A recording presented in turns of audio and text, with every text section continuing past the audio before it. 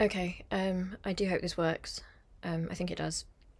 You're at a weird angle for me. I'll try and speak up as well. I don't know why I'm talking so quietly. Okay, so this is going to be another update video kind of thing. I've been not having a very great time recently with mental health and personal stuff. I'm finding that very, very difficult. I got a lot of strength from... I went this weekend to our local... we did like a march for a ceasefire with the local Palestine Solidarity campaign, and the speakers were brilliant, and it's quite difficult to do them because I obviously, you know, I could get bad anxiety, and I also have rheumatoid arthritis, so especially when it's cold, it's quite difficult for my joints. So I think I'm still kind of recovering a little bit from that. Like, it takes a toll, but it's absolutely worth it. And I'm so glad that I went because the speakers are fantastic, and I just wish more people would go. It's depressing, you know, when you think about how few people actually do go on the protests, locally at least. But I know there's going to be a big one this Saturday in London. I wish I could go to those. I'm really not well enough to do them, but I just hope it makes some sort of difference. And I wish I could be there. And it's just devastating that it feels like no matter what happens, our politicians don't listen to us. And I do think, and again, I don't want to like centre myself and make this about me kind of thing, but I guess I just want to be honest.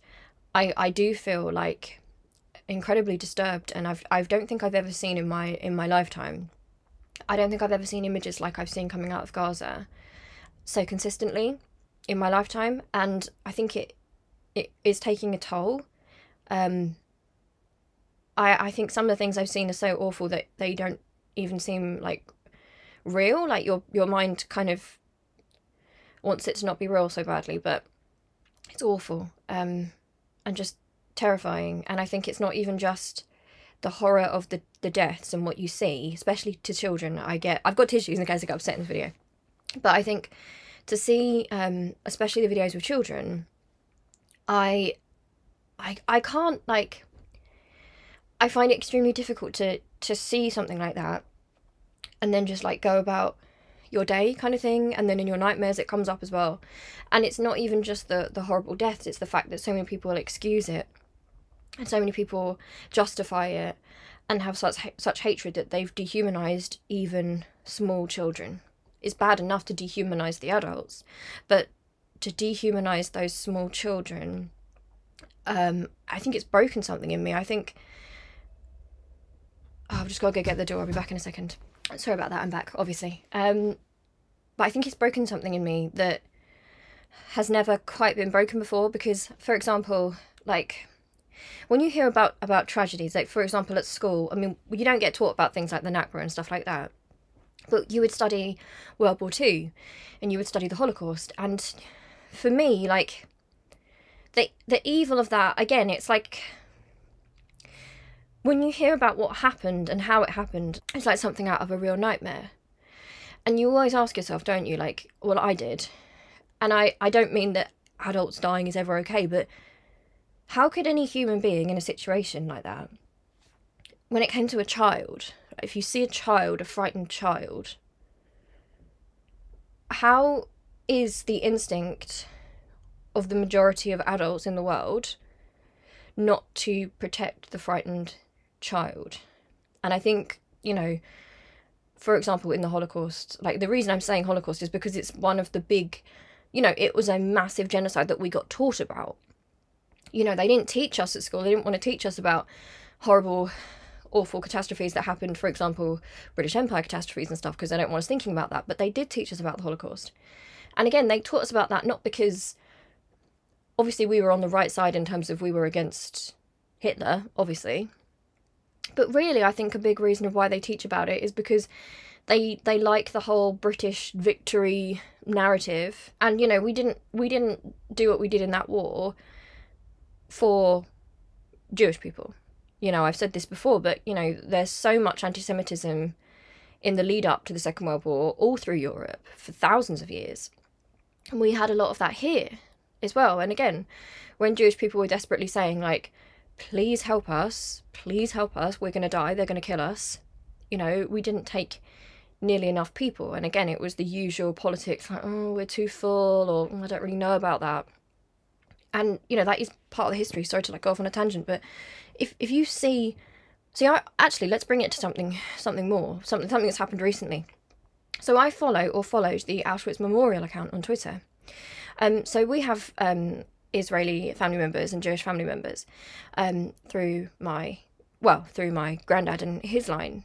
They're all Jewish, you know, and my great granddad was, you know, he was in the Second World War. He was in the Second World War. He was a Jewish man, and I don't just mean because we've got the family links, but you know, you learn about the Holocaust, and the account posts like different photographs of the different people because it's so important, you know, when there's a killing, when there is a murder, the idea that everyone just becomes some statistic, like a number, is horrifying. You know, I think to most of us as well. I don't know if you guys feel the same, but there's different things, aren't there? There's like the horror of, you know, no one wants to be hurt, no one wants to be killed.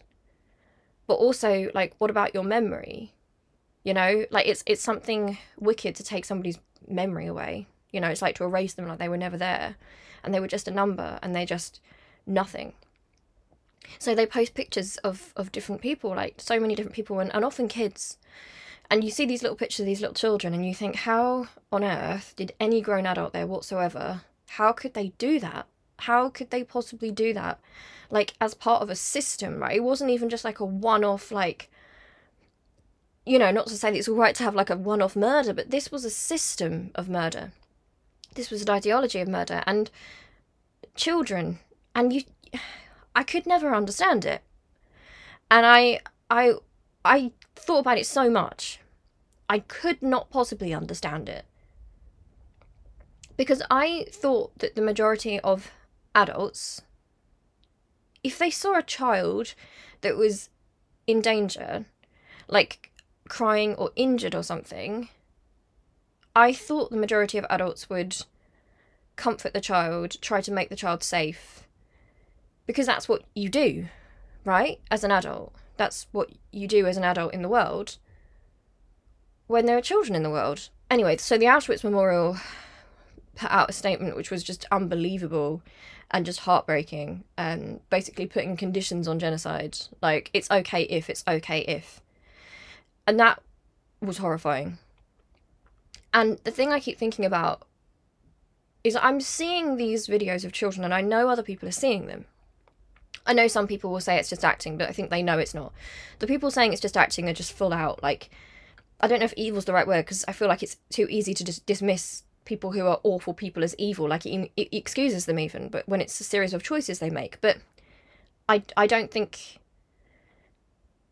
I really, and I can't quite understand how, I couldn't work it out, and I know this is naive, I know it's naive, because I'm in Britain, and, you know, I know what's been done in, for example, India. I'm half Indian, I know what happened under colonialism, I know what happened, you know, when you think about slavery, you think about the Holocaust, you know these things have happened, and you know that they dehumanise children, and especially here, they work to dehumanise Muslim people, brown people, right, make them dangerous, they dehumanise black people. But I really thought that the situation with this, naively, was that, because I think there's more good in the world than bad, and I have to believe that. I really thought it was. People have been taken in by propaganda, they don't believe it's real, they can't see it, and maybe that's it. But now I know they must have seen it. I know they must have seen it. Like I've seen it, and like we've all seen it. And I can't get the pictures out of my head. And they excuse it. And it is pure racism in action. That is what it is. Very, very severe racism. Because what I've noticed is they want to excuse it. It doesn't sit in their souls, right? Because they see these children as future terrorists, brown, Muslim, even though they're not all Muslim there. They make excuses in their minds to justify the mass murder of children and the pain of children and the ongoing pain of children. Again, this isn't something that happened. I mean, this wasn't like a one-day event. You know, this has been happening to children in Palestine for about 70 years, but especially now it's got awful. And, you know, the US backed it and we back it, to our shame. But the way people talk, you know, the dehumanisation of those children, it's, well, that's just a consequence of war, or, well, their parents must have been Hamas, or they're going to grow up to be terrorists, or, well, it's sad, but Israel has to get their hostages. And it's made me realise, because I've realised now that nobody can actually... I thought for a long time I was arguing with people who were arguing back in good faith.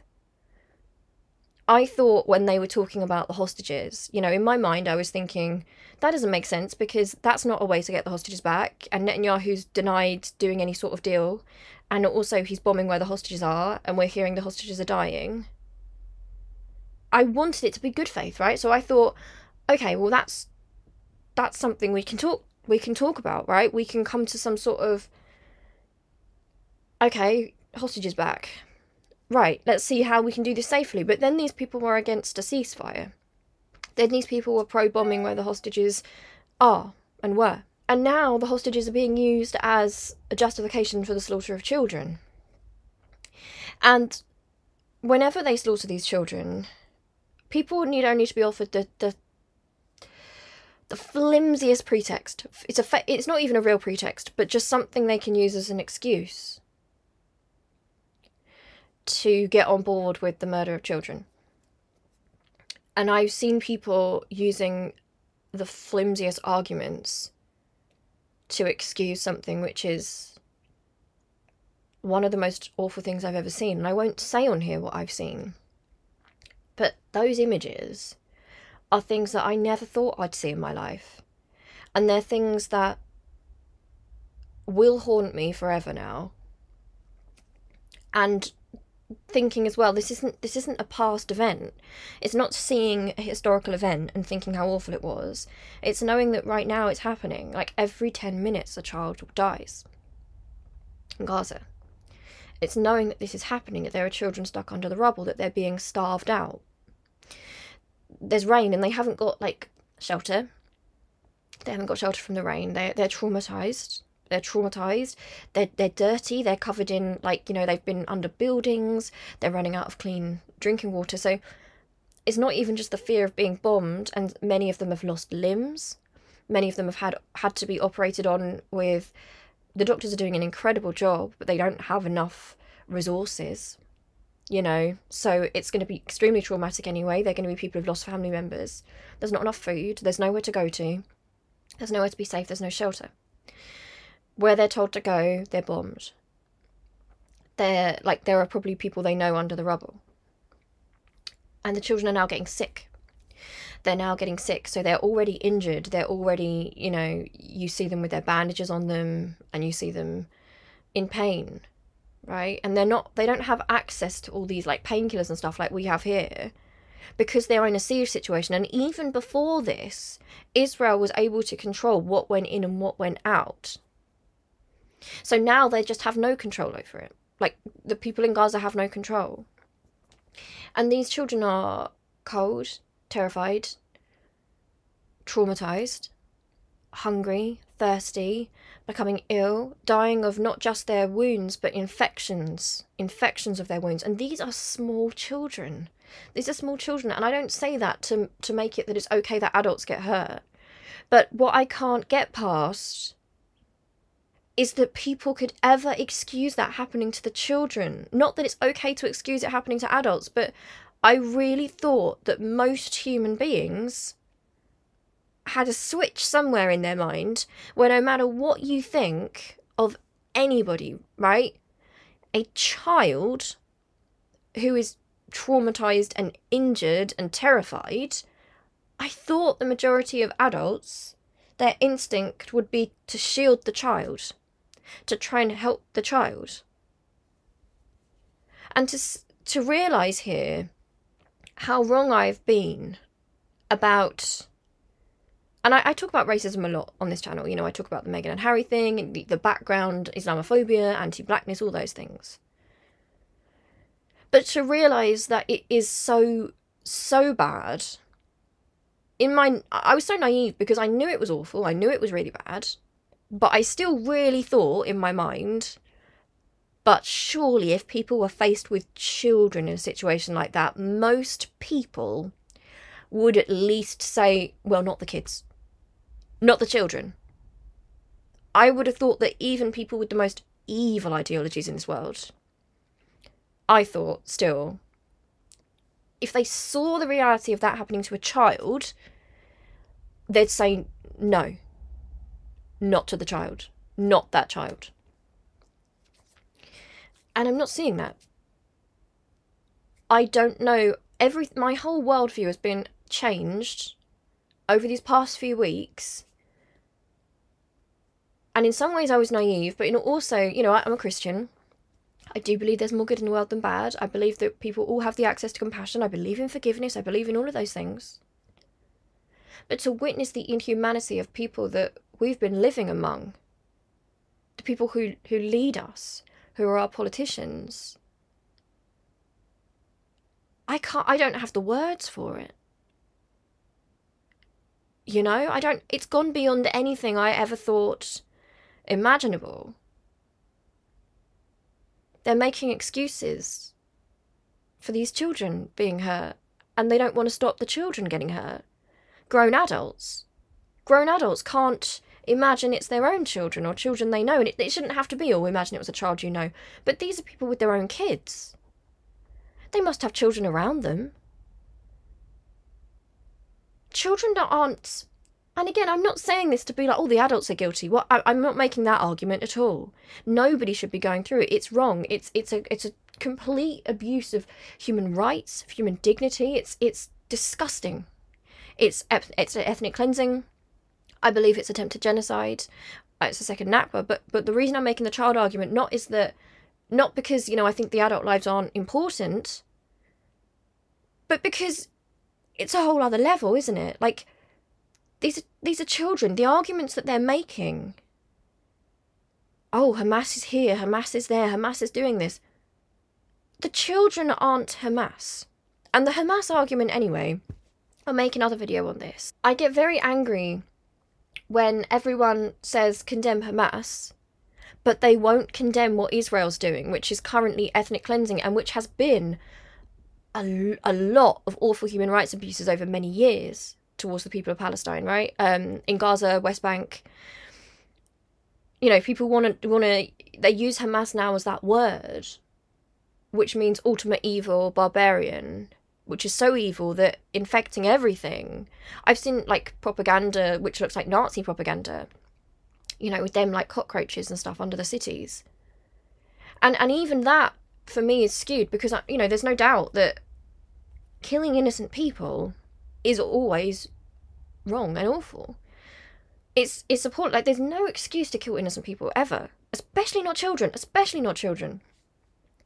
But when people want to just act like this started on October the 7th as well, and use Hamas as that excuse for mass murder, well, do they not realise that that argument is not only disgusting and it's false anyway? Because how do you think... This is not the video for this.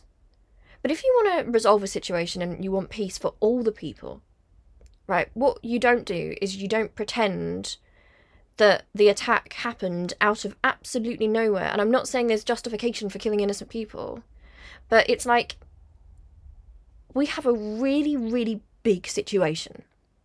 And you know my opinions on that, and I won't go into them again here because it's kind of not the place for that right now with what I'm saying. But again, if you deny all those years of occupation and how peaceful means were exhausted and the other groups in Palestine were taken out by Israel, you know, peaceful protesters being attacked, you take all that out of it and you just make it so these were two countries living side by side, and then anyway, this random evil group popped up who just hate Jewish people and they decided to kill loads of Jewish people. It's not accurate. That's not me saying killing any civilians is ever okay, but be honest, because if you want a solution, be honest. I can't stand what Israel is doing. I think the IDF are criminals. I think they are just as terrorists. I think they're terrorists, right? The actions of Israel are the actions of terror. Ethnic cleansing. But you have to think, like, why? If I can think my way into the head of someone from the IDF, as much as I despise the IDF, people won't afford that to Hamas, right? And because it's become like a new smear word. But it's become this word now, and you know, getting people to condemn Hamas has become this thing that they now use to show that there is an evil so strong, right, and so barbaric and so animal that any amount of children can be collateral. Now, you tell me that that logic in itself isn't terrorist logic. Think about it. By that logic that people are using, the deaths of these thousands of children who are dying in pain, right? I can't even talk about it here because it's too distressing, but it's like something out of a nightmare. Like, these children are tortured, essentially. By that argument, you know, that, oh, Hamas is so evil, their action was so evil that anyone around is collateral damage. By that argument, does that not make October the 7th fine? Right? Do people understand that? If your argument is that something done to you by a group, and I would argue there's been a lot more, I mean, we've got an occupying force here. So we've actually got a lot more, if we're talking retribution here, which I don't believe in, but if we're talking about retribution, I would say the people of Palestine have more right than the people of Israel. Historically, like the last 70 years, in everything in the lead up to this. But if your justification is that, oh, to get rid of that evil, you know, anyone who supports that evil, even children, like that's okay, like if they're collateral, it's a shame, but it's collateral. Do you understand that you are excusing any civilian deaths on October the 7th? By that logic, do people not? And I think they realise that. That's what's so sad. I think they realise. I thought at the start they were arguing in good faith, but I don't believe that now. I think they will make any excuse because they want the people of Gaza to be ethnically cleansed and exterminated. They see them as like a Muslim threat. They're going to force them, they'll kill them, they'll take away their lives, their dignity, their hospitals, their schools, their education, their limbs. They will take away their families. They will take away their rights. After keeping them in an open-air prison, basically a concentration camp for all these years. They will do that to them. They will dehumanise them. And Israel's now saying, oh, the best thing would be to move them somewhere else. So, ethnic cleansing. And this is creating such unspeakable pain and trauma. I don't think we could even understand that level of pain and trauma. And imagine it's been going on for 70 years. Imagine something like that's been going on for 70 years. And a group of people there that have been under this for 70 years, some of them break out and they do something terrible. Right, imagine that. And again, even October the 7th itself, more and more things are now coming out. Like, what actually happened? And I'm not sitting here, like, denying October the 7th, nothing like that. But what I mean is, because it's being used to justify the ethnic cleansing of a whole people by their occupier, right? The murder and slaughter of these children, that's being used as the pretext, yet we don't even know the facts about that. I'm not denying it, but can people not see that? And I think people do see it. I don't think it matters to them. I think that's why when, you know, Israel will say, oh, Hamas is hiding here, Hamas is hiding, they're everywhere. They're under mosques, they're in refugee camps, they are sheltering in schools, they are in, you know, civilian homes, they're in hospitals. Like, they're journalists, apparently. They've infiltrated the BBC, apparently. You know, apparently they're everywhere. You see how Hamas is being used, and October the 7th is being used as justification for slaughter. And by that reasoning, what's happening now to these Palestinians, this is where you know something's gone very wrong with people and they're just making excuses. Because they don't believe Palestinians have the right to defend themselves. So if after October the 7th and what happened there, and we still don't know the full details, again, I'm not denying the details, but we don't know the full extent of what even happened, right? This has just become a full-scale assault on Gaza. By that logic they're using, you know they don't believe in that logic. Because by their own logic, that, you know, after a tragedy like this, you have the right to defend yourself, and to defend yourself means to slaughter thousands and thousands of people who you have captive, and most of whom are children, or at least half are children. By that logic, are they now believing that, you know, all these people in Gaza who've lost their loved ones, who've been treated like animals, they've been told they're human animals, they're justifying, basically, you know, by that logic, Israel is acting as a terrorist and has been for many years, and by that logic, then don't the Palestinians have the right to eradicate Israel? And it doesn't matter that there are civilians and that there are children in Israel. No, not by that logic, because, well, that's collateral damage and that's war. You've got to get rid of terrorists, right? You know, it's about vengeance. And again, even that, like, doesn't accurately depict the situation, because we are talking about an occupying power. occupying Gaza. The children that are being slaughtered have never left Gaza. They've been in this open-air prison their whole lives.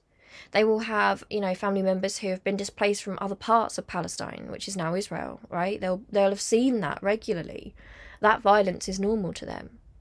But no one ever talks about Palestinians having the right to resist. And they don't want Palestinians to have the right to resist. And why is that? Why is it? I feel fed up of having to... It's like, in order for Palestinians to be seen as human beings and to stop the children being killed, you have to take away their humanity, right? You've got to say, oh, you know, they're not angry and, you know, they're all completely, you know, peaceful and everything. And it's like, well, no, they're human beings. And we must support... I support resistance. I don't support the murder of innocent people, but of course I support resistance. Like, it's mad to me that anyone wouldn't. Don't these people have a right to resist? But when they resist, they're called terrorists. Children are being called terrorists before they're old enough to walk. They die, and you'll have Israeli officials saying we've mostly killed terrorists, or their family were terrorists. I guess I'm getting away from the point here, but these are children crying out for help. If you've seen these videos, which I know people have, people just are justifying it, and it's become a game, right? It's become, you know, catch people out, smear people, like, let's try and make them shut up and win this chess game. And again, it's not fair, because this is a matter of life and death. This is a matter of literal children in their thousands being killed, being slaughtered, and terrified and terrorised. And, you know, part of that's only the statistic of the dead. If that's how many are dead, what of everyone else who's witnessed that? All the children whose friends have died, right? That's their whole life now marked with this evil. And their whole lives already have been marked by living under occupation. And I will say this here, actually. I'll say it. I think I should say it. I prayed before I made this, and I prayed that God would give me the right words to hold on to my values and, like, to speak the right words here. But it's such a lie, you know. People have lied to the Palestinians, and we say, oh, you know, we support a two-state solution and we want peace. But it's a lie. It's a lie because, first of all, a two-state solution, that solution already disadvantages Palestinians anyway. You know, there's not really another way to say that. You know, the land was stolen, the land was colonised, and people were internally displaced and became refugees, and they couldn't go back. And the settlement that was made, even that settlement, it wasn't good for the Palestinians. You know, it was a compromise for them. It was painful for them to accept that compromise. But Israel has continually, you know, it won't even respect that settlement. The settlement which disadvantaged Palestinians, because this is about ethnic cleansing and colonialism. It's about getting rid of them. If anyone supported a two-state solution, they would be in support of a ceasefire. Because, and even that is weak. It's weakness, because how do they imagine there can possibly be a two-state solution? You know, it's like the oppressed can't... It's like expecting your oppressor to grant you humanity. That's what the two-state solution is, really, isn't it? It's expecting the Palestinians to, and the Israelis, to sit down and for the Israelis to grant Palestinians land that is already theirs, land that Israel has stolen under international law, and to grant them their humanity. And if they resist occupation, then they're terrorists. But they're not allowed to resist in any peaceful way, because those things are also destroyed. There's no way for them to win. So the two-state solution anyway disadvantaged the Palestinians. But of course, like, we need there to be peace. Everyone needs there to be peace for all the innocent people there. Now, what's happened to Gaza right now has killed the two-state solution. Because how can you possibly ask... Like, there's not going to... And this is not me saying, oh, Palestine's destroyed and there'll be no... No, Palestinians are strong people. Like, they will always resist and they'll always exist. But how... anyone who supports a two-state solution is talking complete rubbish if they support Israel and what they're doing right now. Because how is that going to be a reality? And that's not... Listen to what Israel is saying. It's not what Israel wants. Israel already is in control of the situation, right? They are an occupier. They have been for many years. They've been breaking international law, right? Look at the Amnesty report, practicing apartheid. Like, look at what's been going on. And they are now openly saying They are openly saying that, you know, they believe they want to ethnically cleanse these people, they want to get them off the land. There was that horrifying video of the children, bless their hearts, these Israeli school children. A terrifying, terrifying video. It was called The Friendship Song, but it was about annihilating Gaza. I don't know if you've seen that, but it's horrifying, and I pray for those poor kids because they're just indoctrinated.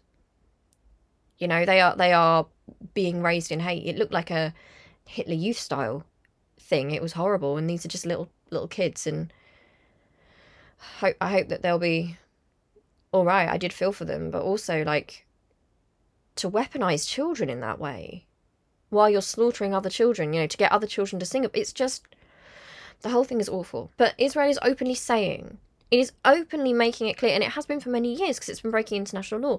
It has been making it very clear that it's going to ethnically cleanse, it wants the land, it's going to take control of the land, and that is the aim. That's the aim. That's always been the aim. The aim is not to get back their hostages or to wipe out Hamas. Like, that's not the aim. Because if that was their aim, if it was just that, they wouldn't be starving the population. They wouldn't be killing the children. Like, they wouldn't be doing that. They wouldn't be getting rid of monuments and schools, like places of worship and places where children are taught. Like, they wouldn't be stopping aid coming in. They wouldn't be stopping fuel. It doesn't, like, obviously, this is ethnic cleansing. Obviously. They have no intention of a two-state solution. They intend to take it all. And they already had more than they were entitled to, based on the settlement from the 60s. They already had that, and they kept pushing, and they kept pushing. They were already in charge. They already had the power there. And now they're using the situation on October the 7th, which, you know, again, we don't know the full details of, but it sounds like it was, you know, horrific. It sounds like, you know, any innocent death is just terrifying, you know, and it must be terrifying to be, like, especially, you know, if you're a hostage, especially the children, it must be absolutely horrifying to not understand what's going on. You're an innocent child, and you don't understand it must be terrifying. But they're now using that to continue what they're doing. And it's not about getting the hostages back. It's not about protecting the children. Like, that's not what this is about. They are destroying and dismantling Gaza. If you've seen images of what Gaza looks like now, it's just horrific. What I believe we've seen, and I pray to God that I'm getting, you know, that I'm wording this correctly, is that you push and oppress people, you put them in a situation where they can't win, no matter what they do. They can't get their rights, the world doesn't care. So you're in that situation, you can't leave. You're in essentially a concentration camp, essentially. You're treated like animals, there's checkpoints everywhere. And nobody cares that the international law's been broken and that people are dying and people are being killed. Nobody cares about any of that. And some of those people, and again, not all, I'm not saying, you know, Palestinian people, they're all Hamas, and of course they're not. But in any group of people, some people's reaction will be, well, do you know what? Let's strike back. Let us show them, let's strike back. Which seems to be what was done, and hostages were taken, and it sounds like some awful things were done. And then the oppressive regime decides to take it out on every single person there. Every single person, because they see them as animals. They see them as not individual people with lives. You know, they don't even... You're called a Hamas supporter to even acknowledge the fact that unlikely that anyone who committed those acts on October the 7th, you know, was born as an evil person who wanted to kill people. I mean, just using our brains... you can understand, if you can understand, like, how the society they're in, right? If you understand being bombarded, and you understand that fear, and you understand that anger, you can understand how someone could be radicalised into hurting people. Not to excuse it, but to understand it. Like, we understand that in every other context. We understand that. But even that, you know, it's not human. They are these inhuman monsters. And they switch it around so that, in fact, you know, that's why we're oppressing them. Not that we are oppressing them, but that's why, because they are inhuman monsters, and left to their own devices, there'd be these evil, evil people. And it's like, you don't know what these people would be left to their own devices, because you're occupying them. You are occupying these people. You know, it's just all being used to excuse the slaughter of children. All of it. Using, basically, you know, that they said, you know, they were you know, beheaded babies on October the 7th, and again, like, that's not been verified. And I don't doubt that children were harmed, like, and terrified and terrorized. You know, it must have been very terrifying for them. But to use that to kill thousands of children, to continue to kill children, right, which has already been going on, is some next level evil.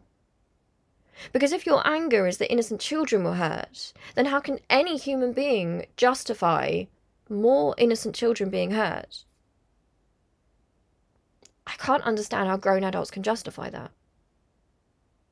I can't understand it. And, you know, some people have said, when the October 7th situation first happened, so before details came out about what happened, what people knew was that we knew that some fighters, some resistance fighters had managed to break through the barrier.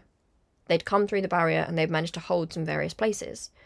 So some people, you know, were like, well, I'm glad to see that they've broken out. I'm glad to see they've broken through the oppression and the occupation. You know, I'm glad to see that there's a resistance. Now, this is before, you know, people knew there had been, you know, horrible attacks and stuff. And to me, like, use your humanity here. The conditions that the people of Gaza have been living in, and people in the West Bank, but the conditions the people of Gaza have been living in, you know, if you didn't know the situation of, you know, exactly what's happening again, we still don't really know exactly what happened on October the 7th. I think it's quite normal to think, well, good for them. You know, I'm glad they've broken through and they've broken out of that open air prison and that concentration camp. And good for them.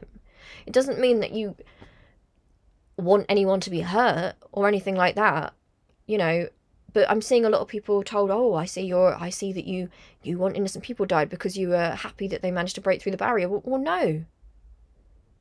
No. How can human beings truly... If we stand with the occupied and the oppressed, we have to stand with resistance. And that doesn't mean defending anything any resistance does, like especially not the killing of children. Not the killing of innocents, not the killing of children ever. But it's like... the Palestinians aren't able to resist, and you're not allowed to want them to resist, because if you do, you know, support their resistance, which I support their resistance, they think they have every right to resist. They've got every right to resist. Nobody's got any right to kill innocent people or to kill, especially not to kill children. Anyone who kills children, like, hell, right? That's where you're going. But Israel are actually able to, this is how everything's been manipulated in the media, right? Israel is able to be committing a genocide, an attempted genocide, an ethnic cleansing against children. And they call that defence. Not even resistance, defence. When they are occupying the area. It's not a war. This is not a war. They are occupying the area and starving out the population. And killing the population and killing the children. It's not two sides at war with each other. It's the occupier and the occupied. And you've got resistance. And there's going to be people in that resistance you don't agree with. But on a basic level, they have a right to resist. No one has a right to kill children or to kill... like, of course not. They have a right to resist that, though. They have a right to resist occupation. In Ukraine, we understand that they have a right to resist. But again, this is what they're trying to do. They are trying to make resistance and, you know, support for that resistance and support for those children. Like, anything, any sort of resistance is being made terrorist adjacent. Meanwhile, Israel commits actual terror and is killing children. Is actually killing children. And they keep saying, oh, it's blood libel. It's not blood libel if they're actually killing children. Blood libel is an anti-Semitic trait which stretches back generations, and it's like a Christian thing, shamefully. You know, I'm a Christian, it's a shameful thing. You know, the idea that, oh, Jewish people, they take the blood, they drink the blood of, like, of Christian children. It's a horrific, stupid, evil... I don't even know how people were so hateful and wicked that they believe such a stupid thing. But, you know, that's what blood libel is. It's the idea that, like, Jewish people do that. That's evil, you know. Blood libel is a disgusting thing, you know, and nobody wants to be, you know, I'm pretty sure nobody here would support that idea, that that's even a real thing. It's ridiculous. But Israel as a state is killing children. It is massacring children. That is not blood libel. That's not saying, oh, Jewish people are killing Christian children and drinking their blood. No, it's saying right now the children in Gaza are being slaughtered, and the Israeli government, like, they're doing this. They're actively doing it. And people are now saying, it's sad, but Hamas is doing this. No, they're not. Hamas is not doing this. Hamas is not dropping those bombs. Hamas is not slaughtering those people. And in that argument, I'm sorry this is taking me so long, but the argument again, oh, Hamas is so evil, they're using the children as human shields. So don't be evil then. Don't be evil yourself, and don't shoot the human shields. Like, don't kill the human shields. It's one of those things that's so difficult to talk about, and I don't even know how to explain it, and this is going to be a silly video, really, and, like, I'm sure I've expressed myself wrongly, like, a million times, so I'm happy to clarify anything. But anyway, I went to the protest. I went to the solidarity protest. I went to the protest, the march on Saturday. And some of the speakers, you know, something one of the speakers said, an amazing woman actually, and she was saying that we have to use our platforms to educate. We have to... What the media is trying to do and what people are trying to do is to take away the humanity of the Palestinians. And that's something that we can do. And it doesn't just mean, you know, sharing awful images. And again, that's horrific, because what a terrible situation these people are in, that some people are choosing to show dead members of their family, you know, things that are very sacred and private, because they're so desperate to save the other people in their family that are alive. They're so desperate for people to see what's going on. But I believe that in that, you know, humanising, it's so wrong, humanising the Palestinians as if this has to be something that's granted and taught to people, that all human beings are deserving of life. All human beings are of equal value. All human beings. But, you know, what we can do is humanise those people. And that includes, and I'm sorry to say it, it has to include talking about resistance and talking about how that happens. It doesn't mean excusing, you know, everyone's behaviour and what happened. It means on a human level, recognising that these are not barbaric brown monsters from the old colonialism playbook, you know, that can't be reasoned with and can't live in civil societies. No, these are a tortured and oppressed people. Some of those people might have done some terrible things in the name of resistance. They do have a right to resist. Do I support everything they've done? No. You know, of course not, but I wouldn't in any movement. But they're not treated like human beings. Like, understand that these are human beings under situations that are hellish and have been for many, many years. And they denied their humanity. The children even are denied their humanity. And I refuse to deny their humanity anymore. I refuse to, you know, when I've tried to talk about how... I mean, again, I'm not a Hamas supporter. Obviously. look at who I am and my identity and everything. Of course I'm not. Of course I'm not. But, you know, to be called that when you try and understand something. My friends, I can understand the IDF even. I can understand Netanyahu. I hate Netanyahu. I think he is a disgusting war criminal with blood on his hands. But I try and understand. I try and think. Because even if it just helps you combat something, you're thinking, how does that work? How is he brainwashing people? How is he selling this? You know, and you're not... If you can do that, treat the Palestinians as human, and that means the men, it means the women, it means the children, right? Even the people you might despise for their actions. They weren't born, like, please understand, they were born into a prison camp. That is where they were born. And not everyone from any place is all good. There's going to be horrible people in every community. Of course there is. But the human rights are for everybody. Right? You know, we are all entitled to our human rights. I've seen in this country them show more genuinely. There's been a case recently, I think it was Lucy Letby, a white woman nurse who has... I think she's been found guilty by now. If not, I will say allegedly. It was thought that she had killed babies in a hospital. This sick woman was killing newborn babies. And I have seen more compassion extended to her and humanising of her. And again, she is a human being. People don't want to talk about the fact that monsters are human. You know, like, it's... monstrous actions are committed by humans, is what I mean to say. But there's, oh, how could she have done this? You know, how could she have done this? She was from a nice family. She was from this. She was from that. This woman didn't have this woman didn't grow up in a prison camp. This woman wasn't facing checkpoints and seeing people assaulted on the streets around her and seeing children die around her and, you know, having her resources denied. She wasn't going through any of that, and they can extend understanding even. Like, we understand white serial killers. We still understand, and we recognise in that regard, obviously it doesn't mean you agree with them, but to understand someone's psychology and to see them as a human being is something we can do with even the most evil white people. Yet we can't see that in a situation where someone is brown and someone has grown up in oppression and someone has grown up in that level of pain and poverty.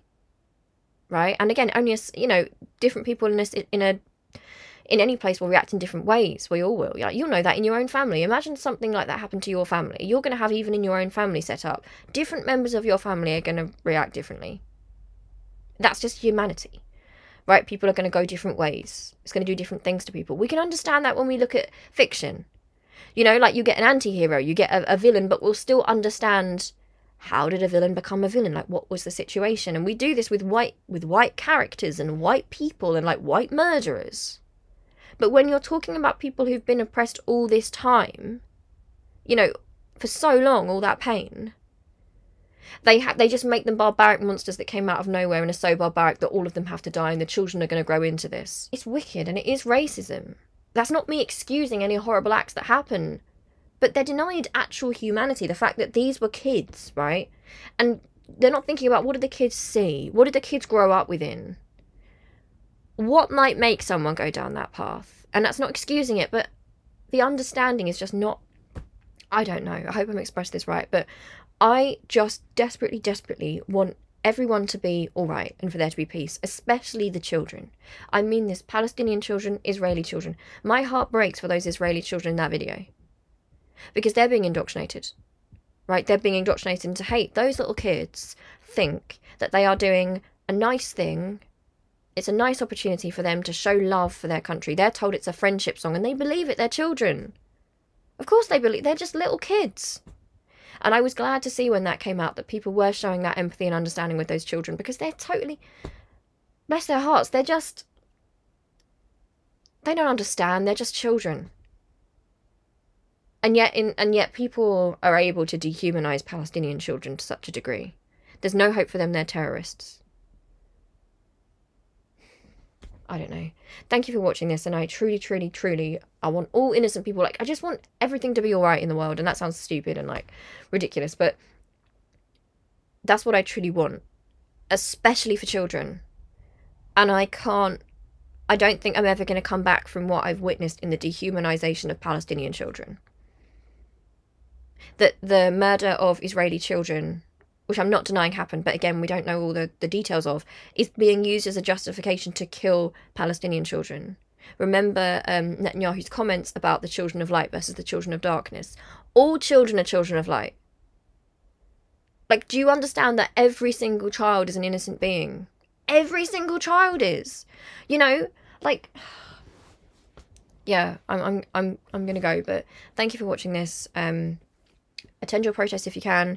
Keep talking about this. I'm not saying, like, don't enjoy your life and do other stuff, but just leave space for Palestine. And I don't know, I'm just trying to do my bit in whatever way I can, really, which is small, and I don't have a huge viewership or anything, but it's something, I guess.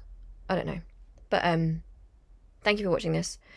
I love you loads. And I'll see you really soon, and I'll be praying.